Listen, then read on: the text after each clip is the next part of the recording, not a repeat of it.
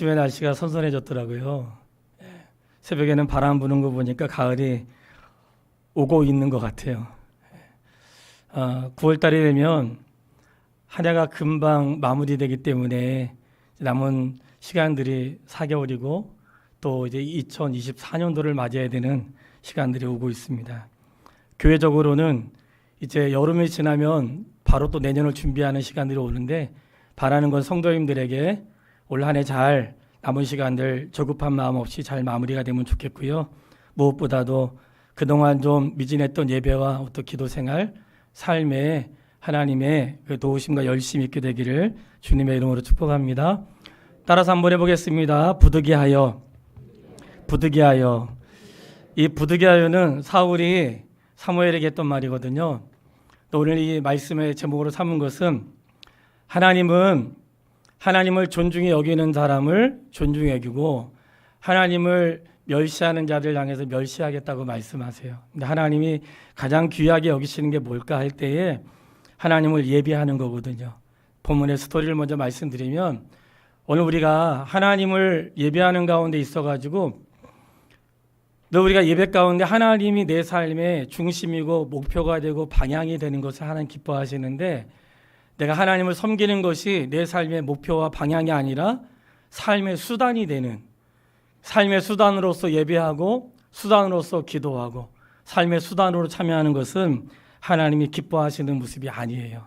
오늘 본문의 내용은 이렇게 시작이 되는데, 사울이 왕으로 세움을 입은 다음에 블레셋과의 전투가 처음 있었던 건 아니에요.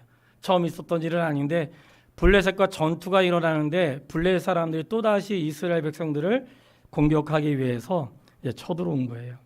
쳐들어왔는데 그 숫자가 너무나 많은 거예요. 너무나 많은 숫자가 쳐들어왔고, 그 숫자를 보면서 사울이 빨리 전쟁을 하기 위해서 백성들을 모아야 되겠다, 그런 마음을 가지고 소집을 했는데 이 소집이 안 되는 거예요. 왜냐하면은 이 블레셋이 이번에는 작정을 하고 하는지 군사의 숫자가 성경에 나와 있는데, 그 군사가 많은 사람들이 이 사울과 싸우기 위해 전쟁하러 탁 모였고, 백성들은 흩어지기 시작했던 거예요. 근데 사울도 아는 것이 이스라엘 백성은 항상 무슨 일을 할 때 예배를 드렸거든요. 뭐 했다고요? 항상 무슨 일을 할 때 뭐 했어요? 예배를 드렸어요. 이게 우리에게 뭘 교훈할까요? 항상 무엇을 하든지 하나님을 예배하라고 말씀하시는 거예요.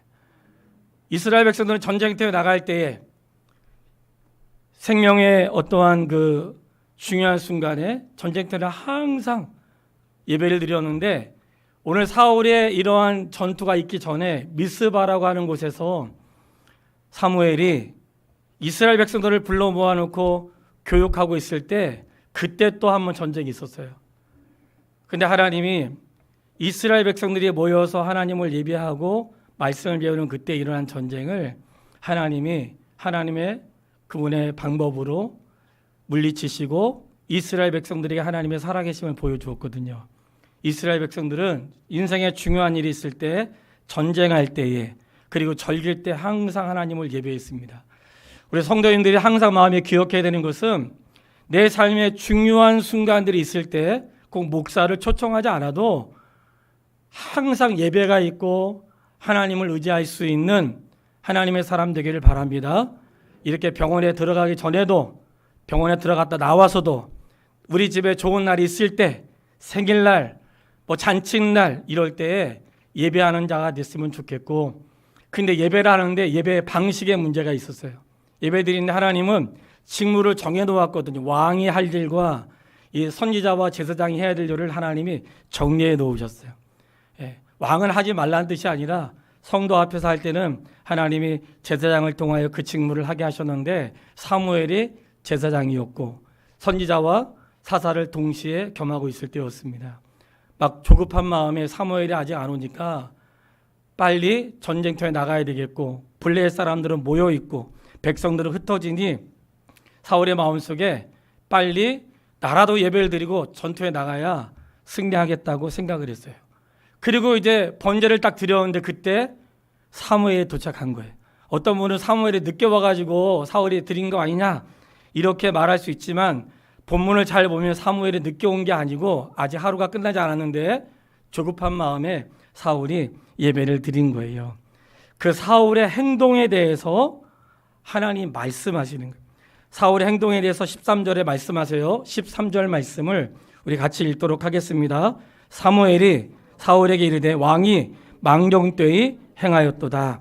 왕이 하나님 여호와께서 왕에게 내리신 명령을 지키지 아니하였도다. 그리하였더라면 여호와께서 이스라엘 위에 왕의 나라를 영원히 세우셨을 것이오늘. 사울이 예배 한번 잘못 드려가지고 어떤 일이 생기냐면 왕의 나라는 여기서 끝난다는 말을 들어요. 아니, 내가 예배 안 드린 것도 아니고 예배를 드렸잖아요. 그리고 안 하겠다는 것도 아니고 했는데 사무엘을 통해 들었던 말은 사무엘의 행동은 지금 어떤 행동이었는가? 왕이 망령되이 행했다고 말하는 거예요. 망령됐다는 것은 당신이 하나님 앞에서 어리석고 악한 행동을 했다는 거예요.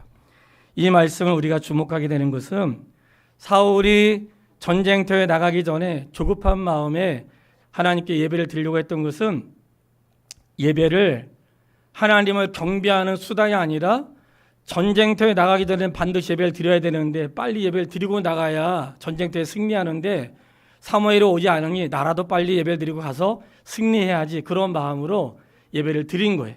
근데 하나님이 그런 마음을 기뻐하지 않으셨어요. 성도 여러분, 오늘 본문의 말씀 굉장히 중요합니다.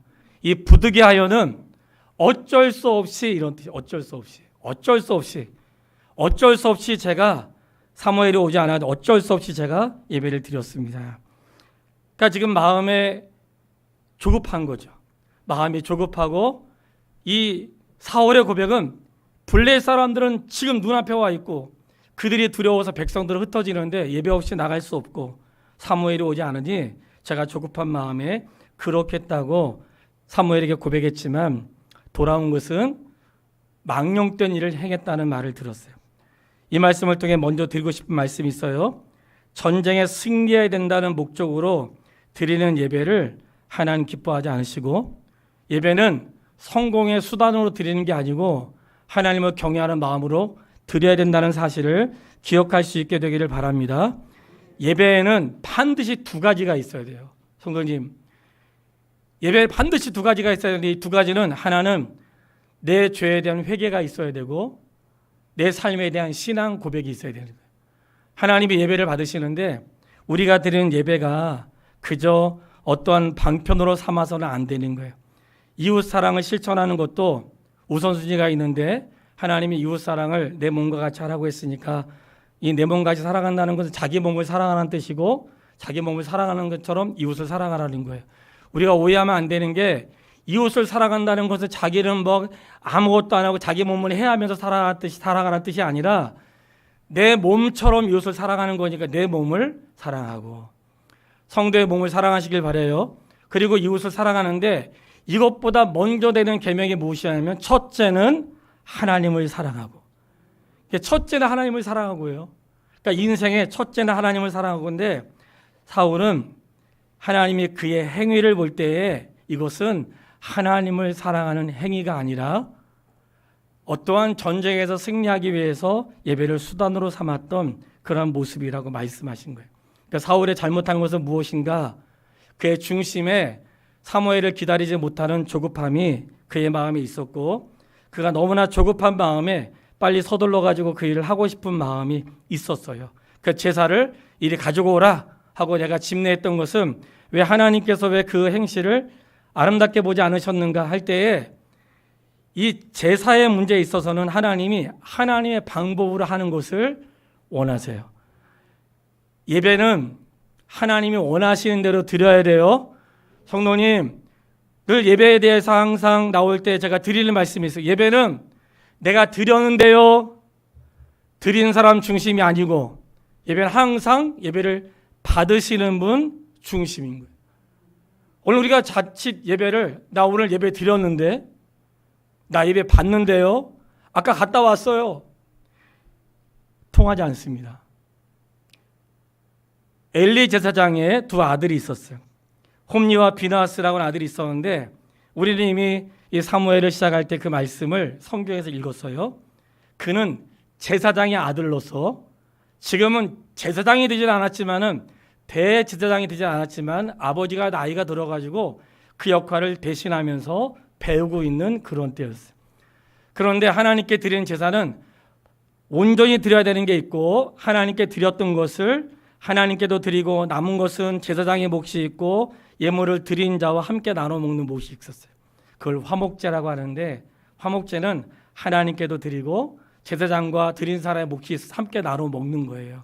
화목제를 가지고 왔는데 하나님께 드리지도 않았는데 제사장은 좋은 걸 원한다고 하면서 하나님께 드리기도 전에 좋은 것을 먼저 띄어서 가져갔던 홈리와 비느하스를 향하여 하나님께서 뭐라고 말씀하셨냐면 그들이 여호와의 제사를 멸시함이라 그랬어요. 하나님이 싫어하시는 것이 하나님의 제사를 멸시하는 것인데 제사를 멸시한다는 거의 다른 말은 하나님을 무시했다 그런 뜻인 거예요. 하나님이 원하는 대로 하지 않았다는 거예요. 그때 사울이 하나님을 가벼이 여긴 거예요. 전쟁이라는 이름으로 하나님을 가벼이 여기고 사무엘이 집례해야 될 제사를 본인이 집례하면서 그 선을 넘은 것에 대해서 하나님이 뭐라고 말씀하셨냐면 망령되게 행동했다고 하는 거예요. 하나님은 우리의 행동을 보세요. 14장에도 아주 재밌는 사건이 있는데 이 사건이 지나가지고 블레셋과 전투가 일어나거든요. 싸우는데 싸움을 누가 시작하냐면 요나단이에요. 요나단이 자기의 그 무기 들은 자를 딱 데리고 어디로 가냐면 이 이스라엘 땅 안에 들어와 있는 블레셋 군대의 수비대를 먼저 딱 쳐요. 치러 가는데 하나님이 요나단을 통해서 역사하세요. 이겨요.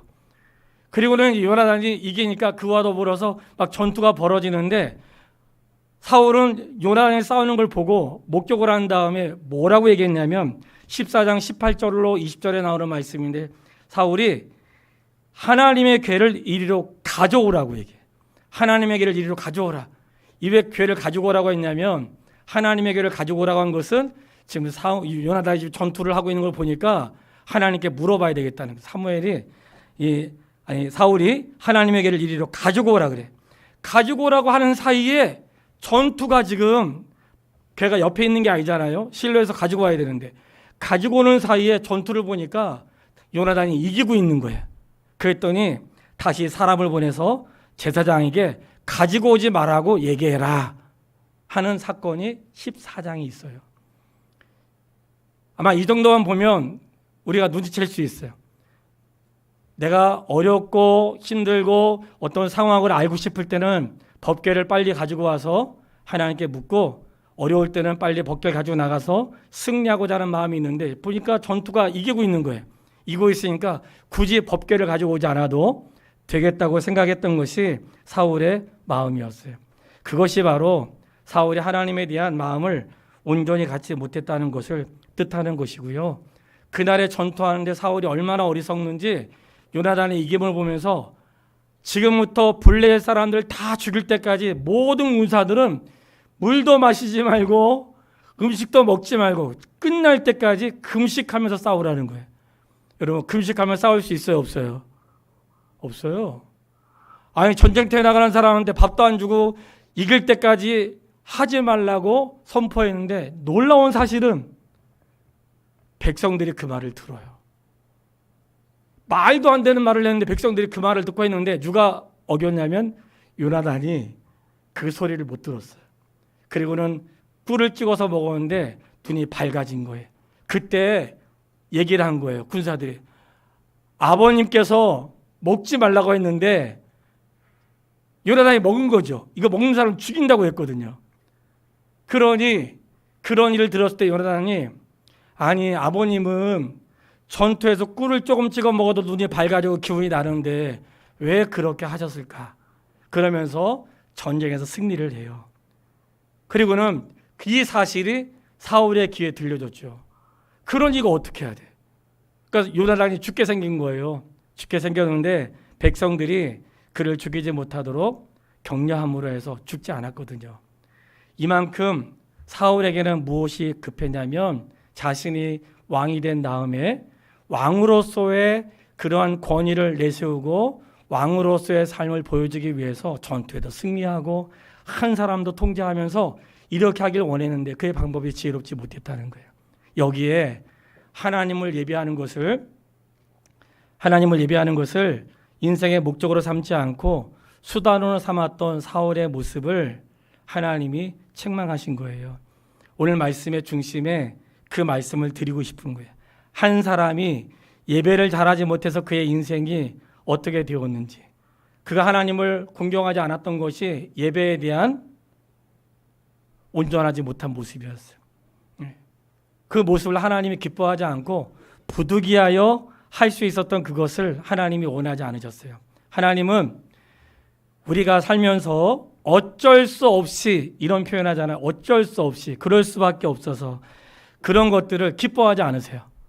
우리의 모든 상황을 하나님 아시기 때문에 하나님은 제가 어쩔 수 없이 그렇게 했는데요, 이렇게 말하는 걸 기뻐하지 않으시고, 어쩔 수 없는 상황에도 하나님은 하나님의 말씀을 행하기를 기뻐하십니다.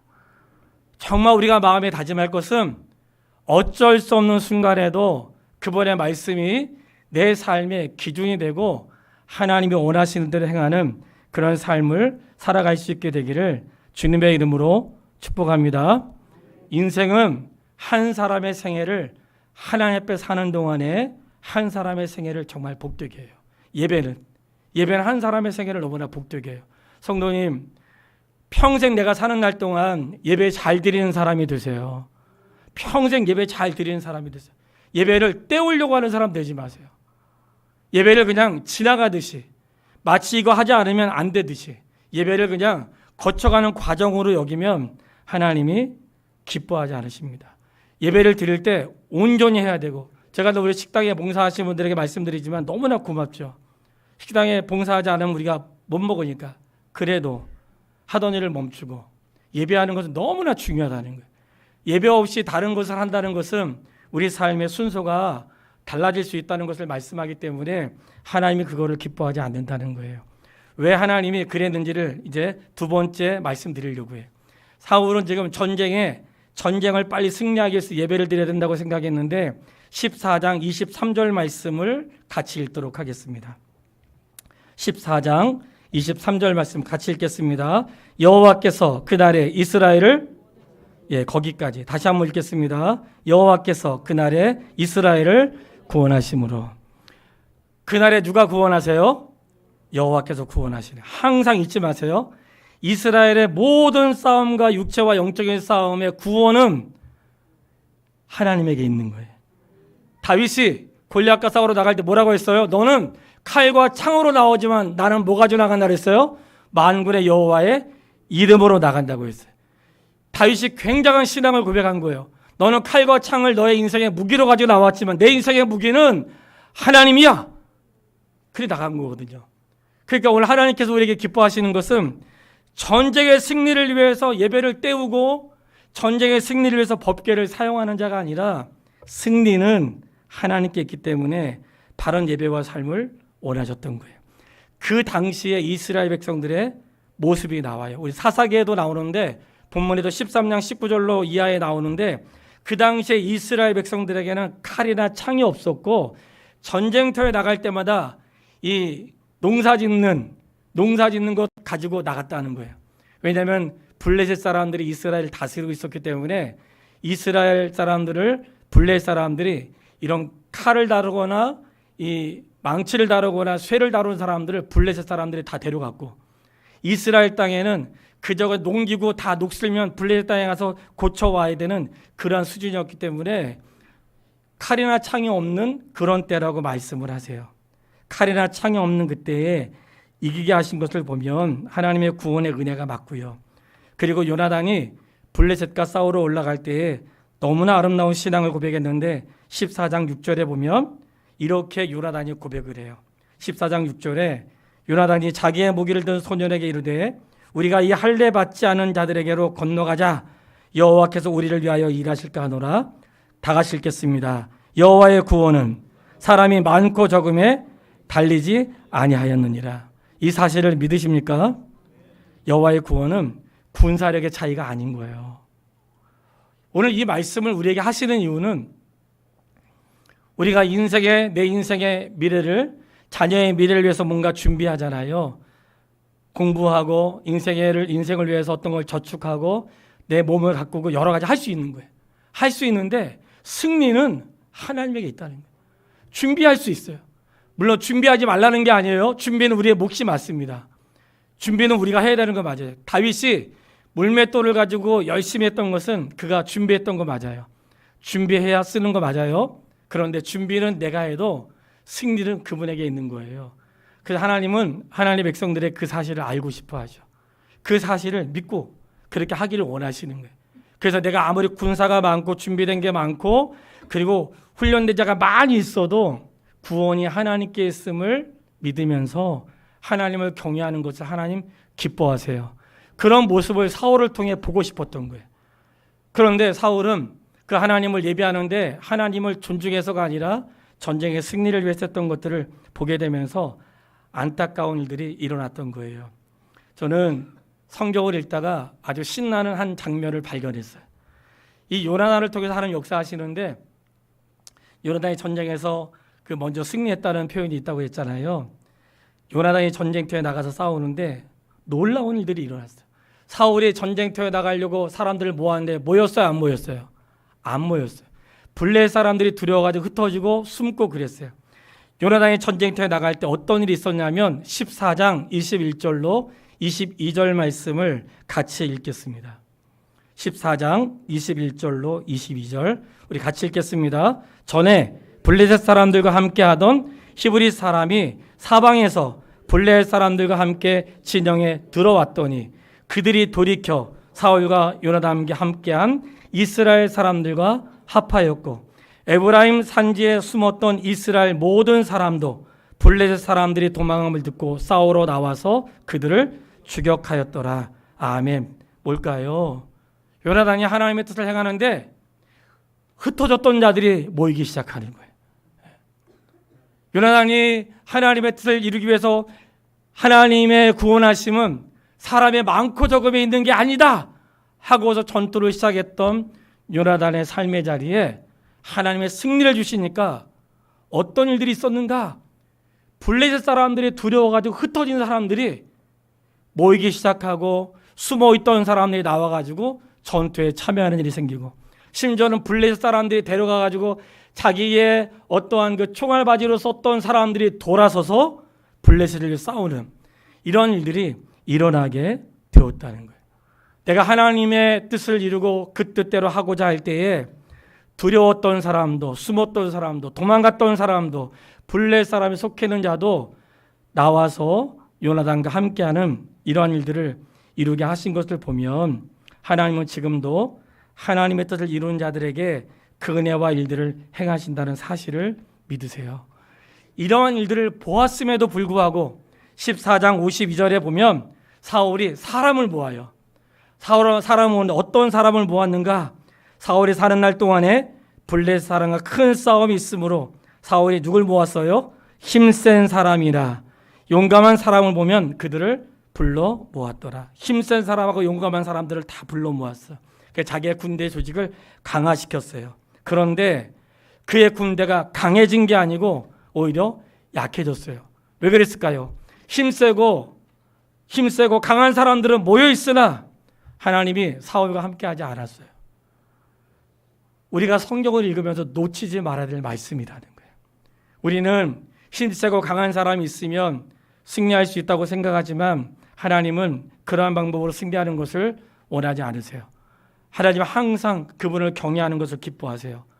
그런데 하나님이 사울에게 또 한 번의 기회를 주세요.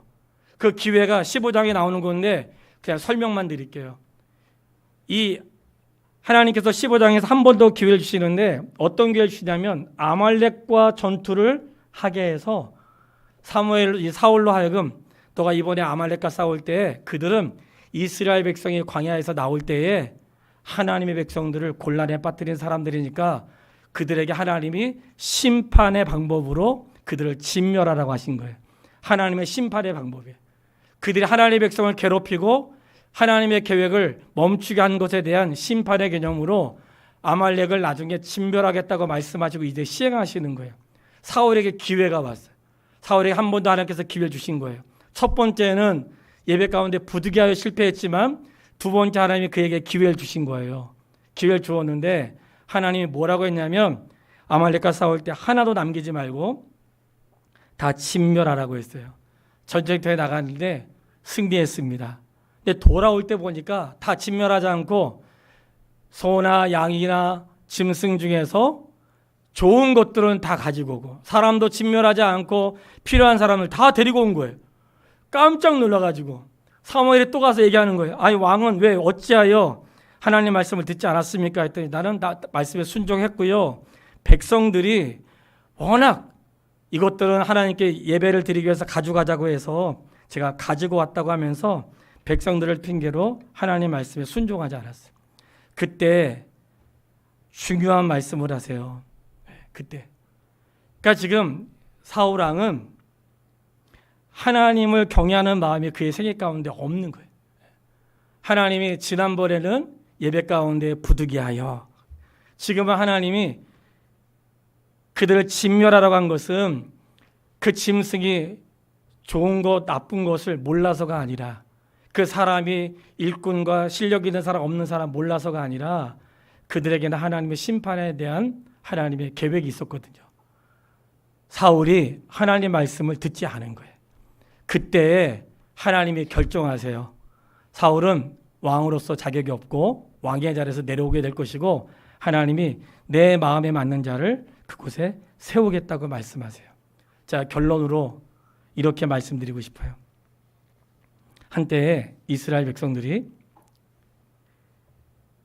백성들이 이런 사울이 왕으로 되기 전에 전쟁이 있었어요.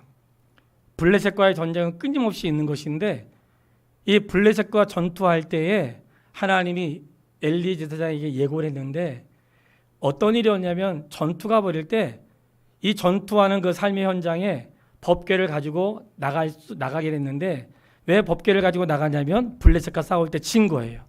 이스라엘 백성들이 치니까 그 원인을 하나님이 우리를 지게 했다고 생각한 거예요. 하나님이 우리를 지게 해서 우리가 졌으니까 이번에는 법궤를 가지고 나가서 승리하자 하고 법궤를 가지고 가게 해요. 근데 그 전투에서 또 져요. 그리고 법궤를 빼앗겨요. 이스라엘 백성들은 법궤를 그냥 전투에 이용하고 싶은 거예요. 하나님을 경외하지 않고 그분의 이름을 이용하고 싶고 하나님을 사랑하지 않으면서 하나님의 임재의 상징인 법궤를 의지하는 거예요. 사람들이 제가 너무 식당이 맛있어가지고 갔는데 뭘 붙여놨더라고. 그래서 살짝 고민을 했어요. 진짜 맛있는 집인데 앞에다가 그냥 뭐 이렇게 붙여놨더라고. 이거 계속 가야 될지 살짝 고민되더라고요. 근데 성도가 하나님의 이름을 그런 식으로 사용하는 것을 하나님 원하지 않으시는 거예요. 하나님을 예배하고 하나님을 존중하고 하나님을 경외하고 하나님 없이면 안 된다는 그런 마음을 가지고 예배하고 법궤를 하나님의 뜻대로 사용하는 것을 기뻐하시는데 하나님에 대한 예배는 없이 하나님의 이름을 통하여 성공하고 싶고 하나님의 이름을 통하여 뭔가 이루고 싶고 하나님의 이름을 통하여 뭔가 하고 싶을 때 그 법궤도 잃어버리게 하시고 성전도 무너지게 하세요. 그러니까 하나님 다 하시는 거거든요. 놀라운 사실은 법궤를 빼앗겼다는 사실을 듣고 그 비나하스의 아내가 임신하다가 얘기를 듣는데 뭐 남편 죽었다는 얘기도 들어오지 않고 남편이 죽었다는 말에 놀래지도 않고 법궤가 빼앗겼다는 말에 그 아이를 출산하면서 이가봇 그래요. 하나님의 영광이 우리를 떠났다. 그러니까 이 비나하스의 아내가 남편 죽은 것보다 어떤 게 더 충격적이었냐면 하나님의 법궤가 빼앗겼던 것을 하나님이 이스라엘 떠났다는 것으로 그렇게 이해한 거예요. 그 이가봇 그랬어요. 하나님이 우리를 떠났다. 근데 하나님은 떠나신 분이 아니고 임마누엘 우리와 함께 하시는 분이잖아요. 함께 하시는 분이세요. 근데 그 정도로 하나님의 법궤를 그들이 사용하는 데 있어서 온전하게 하지 못한 거예요. 그런데 그 법궤가 블레셋 땅에 건너가서 그들이 그 전쟁의 전리품으로 법궤를 가지고 와서 그들이 섬기는 다곤신의 그 그 앞에다 갖다 놓았더니 어떤 일이 일어난지 아시죠? 다곤 신상이 법궤 앞에 엎드러져 있는 거예요. 우연인 줄 알고 그 다음날 다시 한번 세워서 블레셋사람을 세워놨는데 그 다음날 어떤 일이 생겼어요? 다곤실에 목이 잘라지고 팔이 잘라지고 몸뚱아리가 법궤 앞에 엎드러져 있는 거예요. 아주 놀라운 일이 생겼어요. 그게 우연인가 하여 다시 한번 이 법궤를 안 된다고 생각해서 다곤 신전에서 가지고 나와가지고 블레셋 사람들이 사는 마을로 옮겼는데 옮기는 곳마다 재앙이 일어나는 거예요. 나중에는 블레셋 사람들이 법궤를 우리에게 가지고 오지 말라고 그랬어요. 옮기는 곳마다 재앙이 일어나니까 이 블레셋 사람이 두려워가지고 더 이상 법궤를 가지고 오지 말라는 거예요. 나중에는 그들이 모여서 회의를 해요. 그럼 우리 어떻게 하면 좋을까? 법궤를 돌려보냅시다. 이 말씀은 하나님은 내가 하나님을 영화롭게 하지 않아도 하나님은 스스로 영광을 받으시는 분이세요. 마치 내가 뭘 해야지 하나님 영광을 받으시고 내가 하지 못하면 하나님을 영광 받지 않으시는 분이 아니세요. 이스라엘 백성들이 하나님의 하나님을 경외하지 않고 하나님의 이름을 사용하려고 했을 때 하나님은 기뻐하지 않으셨어요. 그리고 하나님이 함께하지 않았던 표로 법궤를 빼앗겼고 이스라엘 백성을 패하게 하신 거예요. 그러나 성도는 잊지 마세요. 이스라엘 백성이 패했다는 것이 영원히 패했다는 것이 아니라 하나님 그 패함을 통해서 우리를 깨닫게 하시고 하나님의 뜻대로 살기 위해서 우리를 돌이키시는 하나님이라는 사실을 기억할 수 있게 되길 바랍니다. 그 삶의 자리에 하나님의 사람들 할 수 없었는데 하나님이 친히 그 일들 가운데 블레셋 땅에서 역사하세요. 그분의 살아계심, 그분의 영광, 그분의 존귀를 스스로 받으신 거예요. 그래서 블레셋 사람들이 이스라엘 백성에게 법궤를 돌려보낼 때 회의를 해요. 어떻게 돌려보내면 좋을까? 그래서 새 수레에다가 법궤를 딱 싣고 이제 막 갓 새끼를 낳은 암송아지, 갓 새끼를 낳은 암소 2마리를 앞에 세우고 벳세메스를 향해서 가게 하는데 이 짐승의 본능상 새끼를 띄워놓고 갈 수 없다는 거지. 짐승의 본능상 새끼를 띄워놓고 새끼를 낳은 암소가 새끼를 놓고 젖도 주지 않고 가는 것은 짐승의 본능을 뛰어넘는 것이기 때문에 블레셋 사람이 만약에 수레에다가 법궤를 세우고 암소를 통해 블레셋을 떠나 벳세메스를 향하여 가면 이것은 지금까지 블레셋 땅에 일어났던 것은 우연히 일어난 게 아니라 하나님이 하신 게 분명하다고 블레셋 사람들이 말을 한 거예요. 그리고는 이제 암소 2마리에다가 전난 암소예요.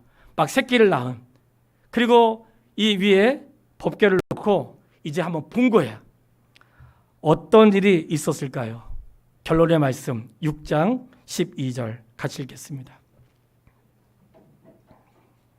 6장 12절 사무엘상 6장이에요. 6장 12절 말씀 같이 읽도록 하겠습니다. 다 같이. 암소가 벳세메스 길로 바로 행하여 대로로 가며 갈 때에 울고 좌우로 치우치지 아니하였고 블레셋 방백들은 벳세메스 경계선까지 따라가니라. 아멘.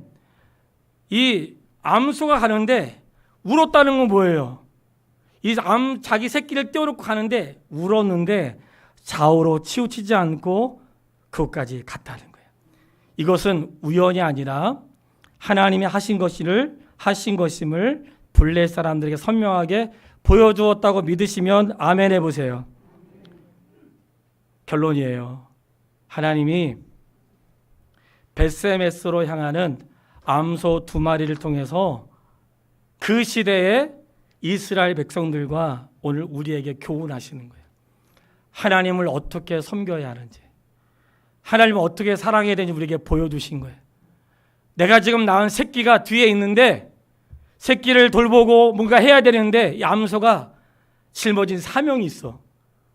얘는 지금 벳세메스로 가야 되는데 뒤돌아보면 안 되고, 이게 만약에 뒤를 돌아보거나 멈추면 우연히 일어난 일이고 끝까지 가면 하나님의 뜻이 이루어지는 것인데, 벳세메스를 향하는 그 소를 통해 하나님이 그 시대의 무지한 이스라엘 백성들과 하나님을 경외하지 않는 블레셋 사람들, 오늘 우리에게 교훈하시는 거예요. 하나님의 일은 어떻게 하는 것인가? 눈물을 흘리고 좌우로 치우치지 않고 그것을 향해 가는 것입니다. 그것을 짐승을 통하여 보여주신 거예요. 그 시대에 하나님을 경외한다고 하지만 좌우로 치우치고 얼마나 고개를 왼쪽으로 돌렸다가 오른쪽으로 돌렸다가 뒤로 가야 되나, 이러한 시대, 너무나 많은 그런 시대 속에서 이 짐승을 통해 하나님이 행하신 일을 보여주신 거예요. 하나님이 세우신 자의 삶의 태도는 무엇인가? 좌우로 치우치지 않는 거예요. 그리고 하나님의 부르심을 향해서 가는 거예요. 그 뒤에는 여러 가지 말하지 못할 수많은 문제가 있는데 그 많은 문제들을 뒤로 하고 앞으로 가는 것은 하나님께 맡기는 삶의 모습인 거예요. 그렇게 해서 이스라엘 땅에 도착한 소는 어떻게 됐을까요? 끌고 온 수레는 번제에 쓸 나무로 사용하고 법궤는 모시게 되고 두 암소는 번제로 하나님께 드려지게 돼요. 저는 이 말씀을 통해서 사울과 그리고 오늘 우리의 삶을 말씀드리고 싶어요. 사랑하는 성도 여러분, 오늘날 예배가 많이 회복이 되지 않고 있어요. 코로나 때문에 그 시간 이후로 예배가 많이 회복되지 않고 주의를 온전히 지키지 못한 일들이 많이 일어나고 있습니다. 아마 알지만 과거에 그 몇 년 전만 해도 우리 교회 성도님들이 예배 가운데 오전 예배와 오후 예배 인원 차이가 거의 없었어요. 다 예배 드리고 식사하고 거의 다 오후 예배 다 드렸습니다. 부득이하게 몇 분만 갔는데 요즘에 거의 드리질 않아요. 그러니까 수요일날 금요일날 기본적으로 수요일날 금요일날 참석하는 인원들이 있었는데 요즘에 예배가 많이 무너졌어요. 그래 이런 생각이 드는 거예요. 온라인 하지 말아야 되나? 온라인 하지 말아야 되나? 왜냐하면 이 온라인이 좋은데 한편으로는 이 온라인 때문에 예배가 집중이 안 되는 거예요. 온라인 때문에. 그러니까 언제든지 그냥 핸드폰 피면 예배가 되니까 이거 온라인 예배 하지 말아야 되나, 사실 그런 고민이 있습니다, 제가. 근데 부득이한 문 때문에 온라인 예배 하는데 오늘 사무엘상을 통해 이 말씀을 꼭 드리고 싶은 것은 사울은 부득이하여 그런 표현으로 하나님의 예배를 성공의 목적으로 삼았던 것을 하나님 기뻐하지 않았어요. 성도님, 예배는 수단이 아닙니다. 예배를 내 성공의 수단으로 삼으려고 할 때 하나님 기뻐하지 않으시고 그 예배를 받지 않으세요. 내가 무언가 할 때 정말 그분이 좋아서, 내가 예배를 드릴 때에 정말 그분에게 감사해서 내 칠순, 육순, 칠순, 팔순 또는 집안의 잔치 가운데 그냥 형식이 아니고 진짜 우리 가족이 모이게 하시고 이런 일 하게 하신 하나님께 감사로 예배 드릴 때에 받으시는 거예요. 하나님의 일은 예배가 우선이에요. 예배 없는 삶에 성공은 없습니다. 예배 없는 삶에 어떤 것도 하나님 기뻐하지 않으십니다. 인생의 성공은 그 사람의 출세가 아니라 예배자로 그 자리에 있는 거예요. 내가 예배자로 그 자리에 온전하지 않으면서 있는 것은 하나님의 방법이 아니에요. 제발 온전한 예배 가운데 서시기를 바라고, 예배가 내 인생의 수단이 되지 않기를 바라고, 집에 일 많죠? 그러나 울고 좌우로 치우치지 않고 가는 것은 일이 없어서가 아니에요. 할 일이 없어서가 아니에요. 그냥 가는 거예요. 그리고 주께 맡기는 삶이 하나님이 정말 기뻐하시는 삶이라는 것을 잊지 마시고 예배의 승자가 되기를 주님의 이름으로 축원합니다. 아버지 하나님, 부득이하여 예배를 수단으로 삼는 자가 아니라 온전히 하나님을 예배하는 믿음의 사람이 될 수 있도록 우리를 주장하여 주시옵소서. 사랑합니다. 예수님의 이름으로 기도했습니다. 아멘. 일어나셔서 620장 3